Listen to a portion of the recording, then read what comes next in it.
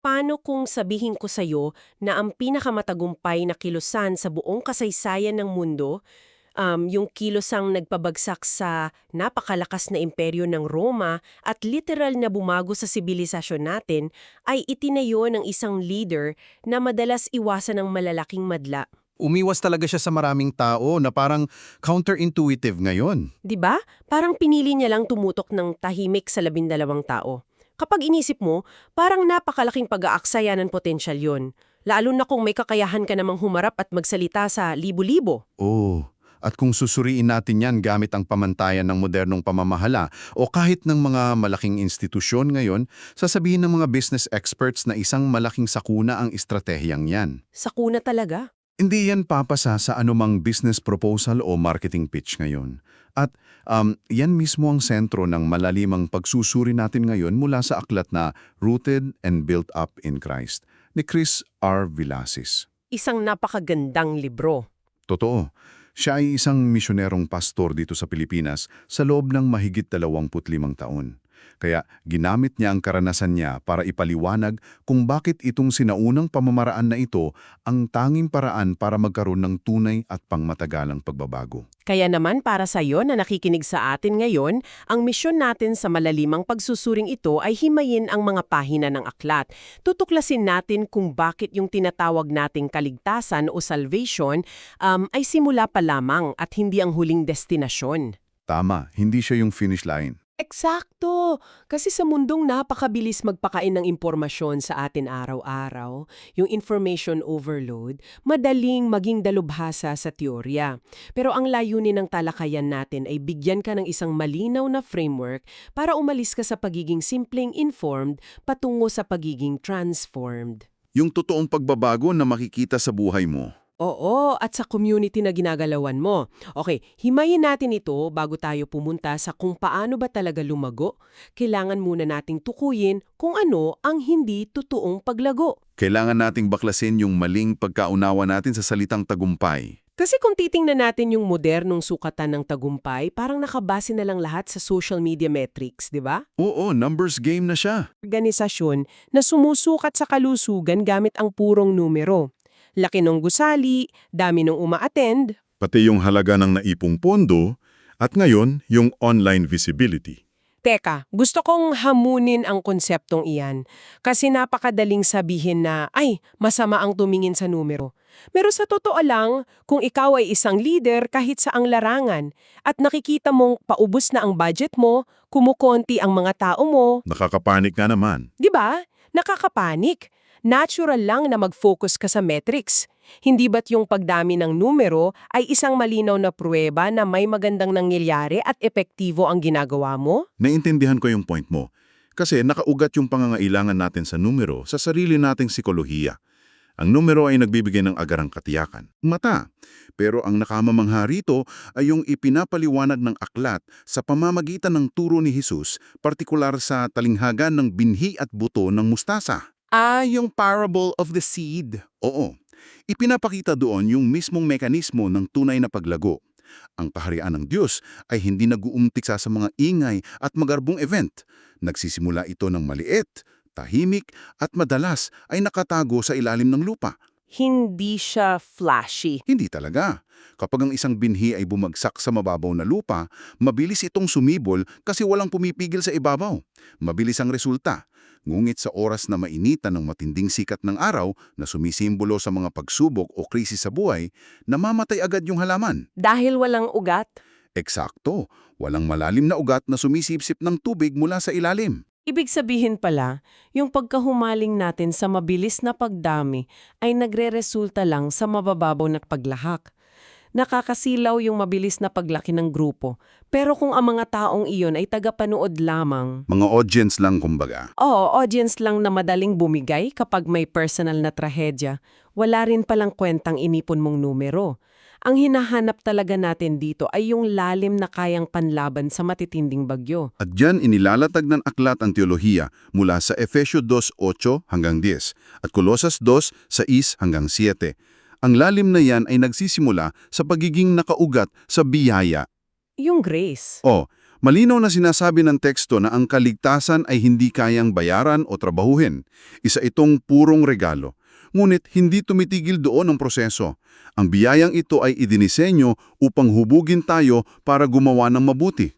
Dito ito nagiging talagang kawili-wili kasi ginamit niya yung metaporang botanikal, di ba? Oo, yung tungkol sa mga ugat, na ang ugat ay hindi lamang para kumapit ang puno sa lupa, kundi ito rin ang aktibong humihigop ng nutrisyon na kailangan para patuloy itong mabuhay sa paglipas ng panahon.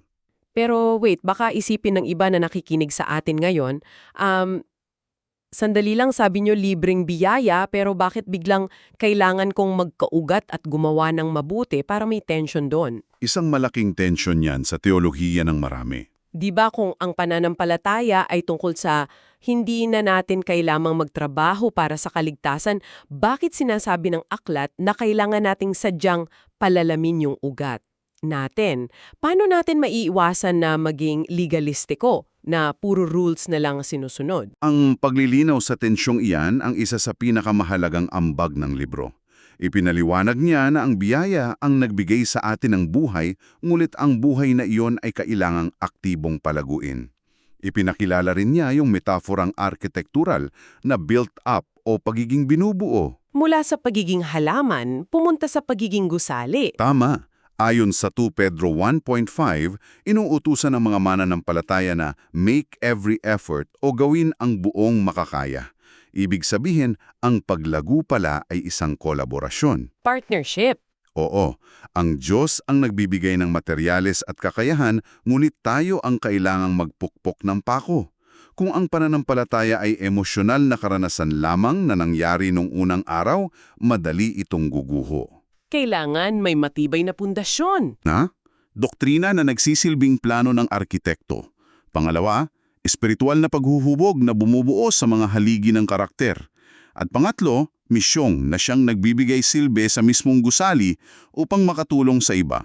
Pansinin mo ha, ang pagpapatayo ng gusali o ang pagpapalalim ng ugat ay hindi nangyayari sa pamamagitan ng paghihintay lang habang nanonood ng TV. Hindi siya passive. Hindi talaga. Bago tayo tuluyang malunod sa mga malalalim na theological na terminong iyan, isipin natin ang konseptong ito na parang pagpunta sa gym. Magandang analogy yan. Kasi hindi sapat na nagbabasa ka lang ng mga sikat na libro tungkol sa pagbubuhat ng weights o nanonood ng mga fitness vlogs sa internet habang nakahiga ka sa kama. Wala kang magigain na muscle doon. Wala talaga. Para lumakas ang kalamnan mo, kailangan mong pumunta sa gym at sadyang buhatin ng bakal. Masakit ito sa umpisa, nakakapagod at madalas gusto mong sumuko. Pero sa proseso ng pagpupunit ng mga muscle fibers, dun nabubuo ang tunay na lakas ng iyong katawan. Ang halimbawa mong iyan ay angkop na angkop para ipaliwanag ang mekanismo ng mga espiritual na disiplina na tinatalakay sa aklat. Ang pagninilay sa kasulatan, panalangin, pagsamba at paglilingkod. Iyan yung mga eksaktong ehersisyo ng kaluluwa. Mga workout routine ng buhay espiritual. Tama? Tinatawag itong mga pathways of grace. Halimbawa, ang pagninilay sa kasulatan ay hindi lang pagbabasa para maabot mo yung reading quota mo sa isang araw. Ito ay ang sadyang pagbabad ng iyong isip sa mga teksto para unti-unting mabago ang nakasanayan mong takbo ng pag-isip. Hindi lang siya checkbox na ginawa ko na ngayon. Hindi. At yung panalangin, hindi lang iyan listahan ng mga hinihiling mo sa Diyos na parang Santa Claus, kundi isang proseso ng pag-ayon ng iyong kagustuhan sa kagustuhan niya. Ginagawa mo ang mga ito hindi para bayaran ng kaligtasan mo, kundi para sanayin ng iyong sarili. Pero aminin ko, sa gym analogy natin, napakadaling maging determinado tuwing unang linggong na Enero, di ba? New Year's resolution. Pagsapit ng Pebrero, tinatamad na ang karamihan. Unti-unting nawawala yung tao sa gym. Totoo, at dyan papasok sa isip ng marami na mas madali na lang sanang mag-isa. Kasi sa panahon ngayon, ang daming nakakaranas ng burnout sa mga grupo dahil sa tinatawag nating mga toxic na tao. Oo, yung mala church hurt na tinatawag. 'Di ba? Parang iisipin mo, Hindi ba pwede na lang mag-aral ng Biblia mag-isa sa bahay, makinig ng magagandang mensahe sa internet, at iwasan na lang yung sakit ng ulo na dala ng mga tao sa isang pisikal na komunidad? Yung inaasahan ni Villasis ang ganyang kaisipan, binabasag ng aklatang makabagong konsepto ng pribado at individualistikong pananampalataya na sobrang sikat ngayon. Yung me and God only na mindset? Oho, kasi walang ganyang uri ng pamumuhay sa orihinal na disenyo ng pananampalataya. Ang dahilan kung bakit kailangan natin ng komunidad ay mismong dahil sa iritasyon at alitan na nararanasan natin doon. Yung friction ang humuhubog sa atin? Tama, hindi mo matututunan ng tunay na pasensya kung mag-isa ka lang sa kwarto mo. Hindi mo masusubok kung marunong kang magpatawad kung walang nagkakamali sa'yo. Grabe, totoo yan! Kailangan natin ng iba para sa panananggutan o accountability dahil napakadaling lokohin ang sarili natin na ginagawa natin ang tama kung walang taong may sapat na tapang na pumuna sa atin. Kaya pala, kinakailangan ng ibang tao, hindi lang natin sila nakakausap tuwing linggo, kundi nakakasama talaga sa aktual na pamumuhay. Parang workout body na pipilitin kang magbuhat kahit tinatamad ka. Eksakto. Kung ikokonekta natin ito sa mas malaking larawan, tingnan natin ang ginawa ng unang iglesia sa aklat ng Mga Gawa 2.42. Yung binanggit ko kanina tungkol sa Roma, paano ba nila naiimpluwensya ang ganoon kalaking lipunan? Ang mekanismo ng kanilang tagumpay ay nakapaloob sa kanilang araw-araw na ritmo ng buhay. Wala silang pondo, wala silang impluwensya sa politika, at wala silang malalaking istruktura. Mga ordinaryong tao lang. Mga ordinaryo. Ang ginawa nila ay simple ngunit radikal para sa kulturang Romano. Nagtipon sila sa mga tahanan ng isa't isa, nagbahagian ng pagkain kasama ang mga taong dating magkakaaway sa lipunan. Mga alipin at mayayaman, magkakasama sa iisang hapag. Mga Judeyo at Hentil. Nakakabigla siguro yun para sa mga tagalabas na nakakakita. Sobra. Nagbuo sila ng malalalim at personal na relasyon habang sabay-sabay na inaaral at isinasabuhay ang turo ng mga apostol. Ang lalim at katapatan ng kanilang komunidad ang nagpakita sa lipunan na mayroon silang pamumuhay na hindi maibigay ng imperyo. Iyon ang makina ng kanilang impluensya. Nakakabilib isipin na ang pagsasalo lang sa pagkain at totoo at tapat na pakikipagkapwa ay kayang magbabago ng isang buong henerasyon. May kapangyarihan sa pagiging totoo. At ito rin siguro ang nagdadala sa atin sa susunod na malaking hakbang. Kasi kapag nabuo na ang isang tao sa loob ng matibay na komunidad, hindi ito pwedeng manatili lang sa kanila. Kailangan itong umapaw. Kailangan may output. Pero bago natin pag-usapan ng pagpaparami o multiplication, kailangan nating baligtarin ang karaniwang ideya natin ng liderato. Kasi kapag sinabi mong leader ngayon, ang naiisip natin ay CEO, influencer na may milyong followers. O yung taong nasa taas ng piramide na naguutos sa lahat ng nasa ibaba. Tama, boss kumbaga. Kaya ano bang ibig sabihin ng lahat ng ito sa konteksto ng librong pinag-aaralan natin?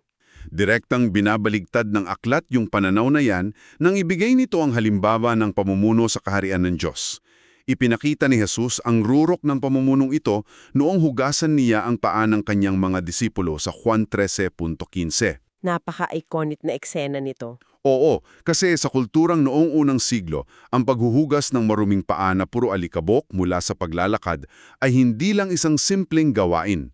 Ito ay nakalaan eksklusibo para sa pinakamababang uri ng alipin na hindi Judiyo. Wow, kaya pala ganun na lang yung reaksyon ni Pedro, di ba? Ayaw niyang pahugasan. Oo, kasi ang makita ang kanilang guro at leader na tinatanggal ang kanyang balabal para gawin ang pinakamababang trabahong iyon ay isang matinding iskandalo para sa kanila. Ipinakita niya na sa sistemang ito, mas mahalaga ang karakter kaysa sa posisyon at ang otoridad ay ginagamit para maglingkod, hindi para magdikta. Ibang-iba nga talaga. At ang nakikita kong sumusunod dito ay yung pamamaraan niya kung paano ibinili ng pagpapatuloy ng kanyang gawain sa pamamagitan ng dakilang tagubilin o Great Commission sa Mateo 28:19. Yung paggawa ng mga disipulo. Oo, inutusan niya silang gumawa ng mga disipulo.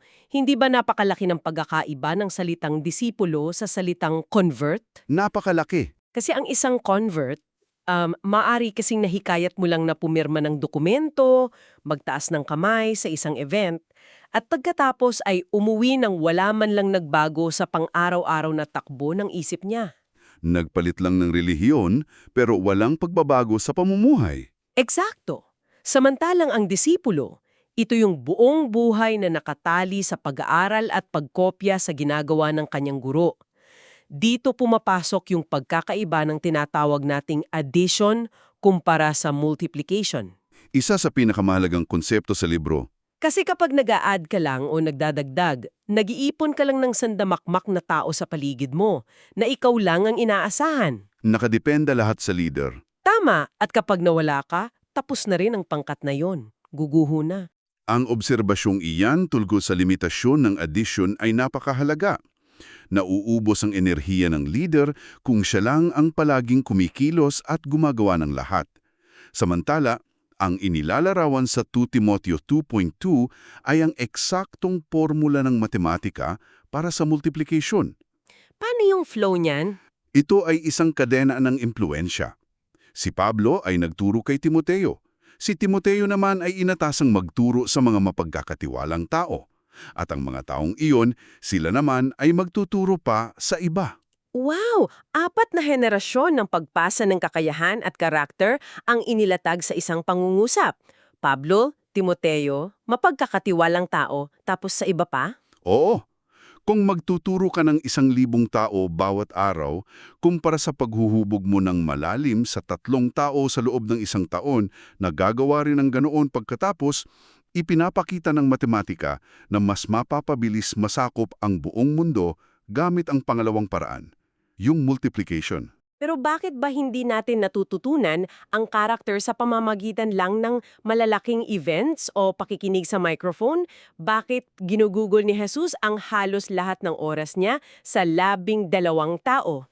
At minsan nga, inihiwalay pa niya yung 3, sina Pedro, Santiago at Juan. Oo, para sa mas malalim na usapan, sa halip na umikot sa buong rehiyon para mag-ipon ng napakalaking madla. Dahil ang mga pinakamahalagang aral sa buhay, katapatan, habag, pagtitimpi, ay hindi na ipapasa sa pamamagitan ng mahuhusay na talumpati o sa pagbabasa ng module.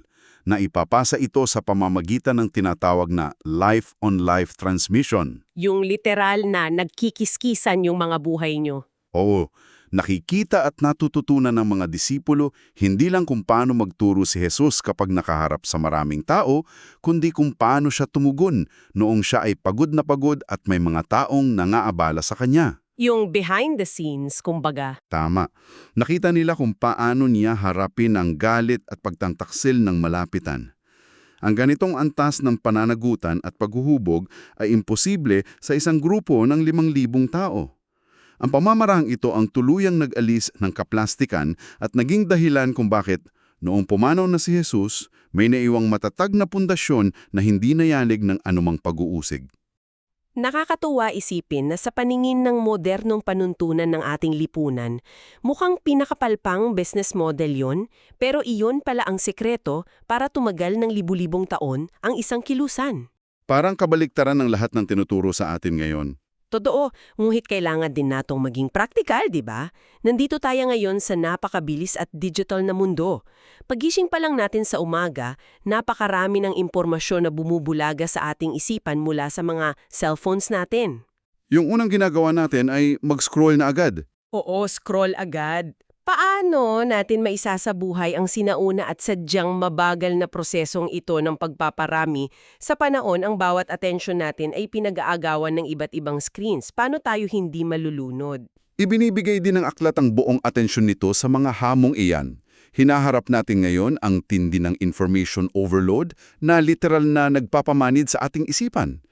Pangalawa, nandyan yung napakabilis na pagpapalit-palit ng kultura. Kaya madaling mawala sa sirkulasyon ang mga hindi nakakasabay. Yung mga trends ang bilis magbago. Oo.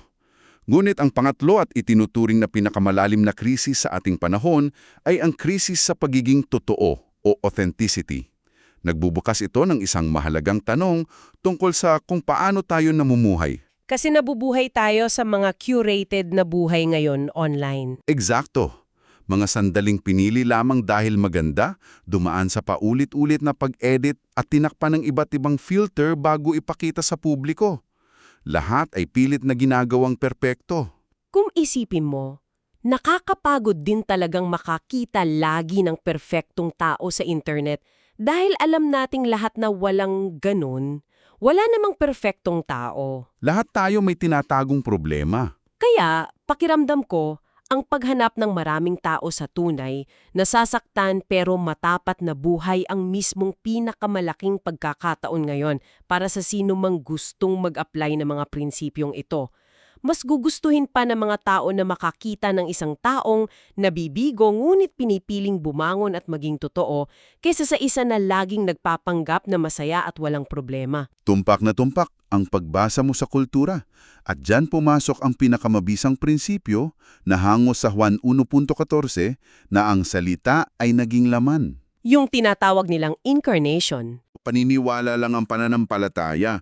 Kailangang itong magkaroon ng katawan, kailangang itong may sabuhay o maging embodied faith. Kailangan nakikita sa gawa. Kasi sa likod ng lahat ng ingay ng teknolohiya at artipisyal na koneksyon, nananatiling may malalim at nakatagong espiritual na pagkagutom ang bawat tao para sa pag-asa at pakikipagkapwa. At paano natin sasagutin ang gutom na iyon? Hindi sa pamamagitan ng paggawa ng isa pang viral na video, Hindi sa pamamagitan ng mas magaling na argumento o perpektong presentasyon. Ang taong patuloy na namumuhay ng may integridad at malalim na habag sa kapwa sa kabila ng magulong mundo ang umaakit ng atensyon. Wala silang ginagawang gimmick. authentic lang talaga sila. Oo, ang kanilang buhay na binago at patuloy na binabago ang nagiging buhay na pruweba dahil ang tunay na katapatan at pag-ibig ay hindi kayang pikain ng anumang algorithm sa internet. Grabe, napakaganda niyan. Kaya kung lalagumin natin ang buong framework ng aklat na ito, nakikita natin na ang ating paglalakbay ay isang tuloy-tuloy na proseso ng malalimang pagbabago. Hindi siya minsan ng event lang. Nagsisimula ito sa araw na tumanggap ang isang tao ng kaligtasan, pero malinaw na umpisa pa lang yon. Mula roon, ang hamon ay kung paano natin sadyang ibababa ang ating mga ugat sa matibay na katotohanan. Yung botanical metaphor natin kanina. Tama. Pagkatapos, kailangan nating buin at palakasin ang estruktura ng ating pagkatao, yung built-up metaphor naman, sa pamamagitan ng paggawa ng mga mabibigat na disiplina ng kaluluwa. At dapat palagi itong nakasandal sa tulong at pangwawasto ng isang komunidad na hindi lang puro konsinte ang ginagawa. Yung mga workout buddies natin sa buhay espiritual. Oo, kapag sapat na ang tibay natin, dun pa lang tayo tunay na tinatawag para mamuno. Hindi sa pamamagitan ng paghahanap ng sariling posisyon, kundi sa paglilingkod na tulad ng isang alipin na naguhugas ng paa. At sa halip na maubos ang oras natin sa pagdadagdag ng mga tagapanood na madaling mawala, ginagamit natin ang bawat araw natin para sa mabagal, mainat, ngunit pang matagalang pagpaparami o multiplication ng ibang disipulo. At hindi tayo iniiwan ng aklat ng walang mabigat na paalala. Hinahamon ito ang bawat isa sa atin na maingat na suriin ang ating sariling mga pamantayan at sistema. Oo, para sa iyo na nakikinig sa atin. Ang madalas nating itanong sa dungulo ng lahat ng ito ay, ang tagal na ba nating sa pagiging mananampalataya, ngunit hanggang ngayon ay nag-iipon lang tayo ng impormasyon na ipinapasot sa isip natin? O hinahayaan ba natin ang mga katotohanan ito na durugin at muling buuin ang ating mga sarili upang makatulong din sa tunay na paghubog ng buhay ng ibang tao? Napakalaking hamon yan. At bago natin tapusin ang ating malalimang pagsusuri ngayon, gusto kitang iwanan ng isang kaisipang maganda sigurong pagtuunan ng pansin habang naglalakad ka, nagmamaneho o nakaupo pa uwi. Isang pag-iisip para sa pang-araw-araw na buhay. Oo. Kung kukunin natin ngayon ang iyong kalendaryo at ang iyong bank account, ang dalawang pinakamatapat at walang awang salamin kung saan talaga napupunta ang iyong oras, atensyon at yaman. Ano kaya ang kwentong ilalahad ng mga ito tungkol sa iyo? Walang filter yung records na yan. Wala talagang filter. Makikita ba sa mga numerong ito ang pruweba ng isang buhay na nagkukumahog at abala lamang sa pagdadagdag o addition ng pansariling tagumpay at kasikatan? O ipapakita nito ang isang buhay na, kahit madalas hindi nakikita ng nakararami, ay tahimik na nakatutok sa malalimang pagpaparami ng pagmamahal ni Kristo sa buhay ng ibang tao. Isang mapagpalang araw sa iyo at patuloy tayong bumuo at mag-ugat. Muli, maraming salamat sa pagsama sa aming malalimang pagsusuri ngayon. Hanggang sa muli.